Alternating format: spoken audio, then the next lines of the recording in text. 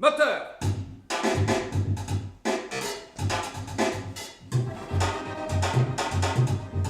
Ce guide est tout sauf un guide, c'est plutôt une sorte d'état des lieux, une satire de la société contemporaine, avec tout ce qu'il y a aujourd'hui sur les nouvelles communications, Internet, la perte aussi de sens de nos existences, c'est-à-dire une sorte de rapport marchand à la société, un rapport marchand à la vie, à l'amour, à tout. Le démocrate aime le nucléaire et ne se soucie guère des déchets produits et légués à ses enfants qui, pour l'instant, sont sous le contrôle de oui-oui. À l'heure où la nouvelle bulle capitaliste est occupée par des injonctions du type « sauvons la planète », le démocrate est, comme souvent, en pleine contradiction. Qu'est-ce que tu fais? Bah, tu laves le tapis d'un tout seul. Donc c'est vrai que du coup, ça fait une machine de 5 kilos pour laver un seul truc. Alors je regarde, je touche les matières, j'essaie, je me mets de profil devant la glace pour voir comment ça fait avec mes fesses. Je sais pas, je fais des efforts, tu vois. En démocratie, je positive. Je positive parce qu'il y a quand même des trucs assez top. Déjà, j'ai plus de petits électroménagers que mes parents. Plus de choix pour aller en vacances aussi. Plus d'habits. Moins d'espace critique aussi. Et les deux auteurs sont deux auteurs qui aiment détourner la langue de ce qu'ils appellent la langue de l'ennemi, c'est-à-dire la langue des politiques, de la communication, du marketing, de la finance, et d'en faire une matière comme ça qui perd aussi de son sens à force d'être répétée. Donc c'est ça qui est intéressant, c'est de voir comment, en ressassant en permanence les mêmes termes, on arrive à une sorte de répétition qui nous met dans un état d'écoute un peu bizarre, et en même temps qui peut amener au bout d'un moment une sorte de défense nerveuse, du rire ou d'autre chose. Et toi, au niveau de ce qui se passe dans le monde, tu suis un peu ou...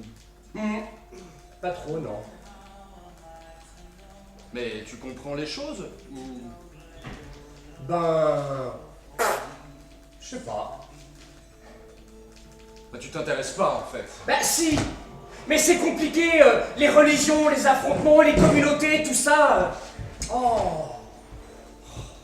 L'idée, c'était d'organiser ça avec 3 comédiens. Le guide, le démocratiseur, qui est celui qui nous parle en permanence de cet état des lieux, et puis ce jeune couple qui est un peu les cobayes de l'expérience démocratique, c'est-à-dire que c'est eux qui jouent les scènes de la fiction de la vie, et le démocratiseur est celui qui commente, qui analyse, qui problématise les séquences de l'existence de ses contemporains, quoi.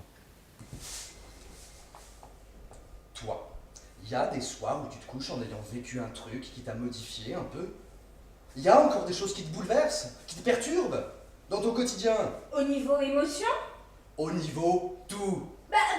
Mais où? Au boulot, dans la vie? Dans ta life.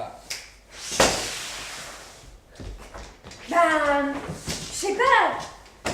Quand on a gagné la Coupe du Monde? Oh putain, la voilà celle-là.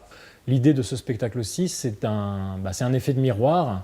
Est-ce que ça vous convient de vivre comme ça?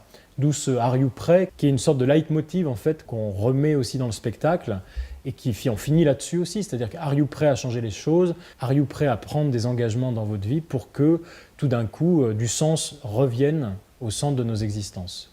Dans un monde où vraiment, des fois, les sportifs devraient fermer leur gueule. Dans un monde où ça pue le révisionnisme dès la première image d'un film historique hollywoodien. Dans un monde où c'est vous qui décidez. Dans un monde où, hélas, je n'épouserai pas Björk et ça aurait tellement pu le faire entre nous. Dans un monde où je peux mettre un smiley derrière 99% des phrases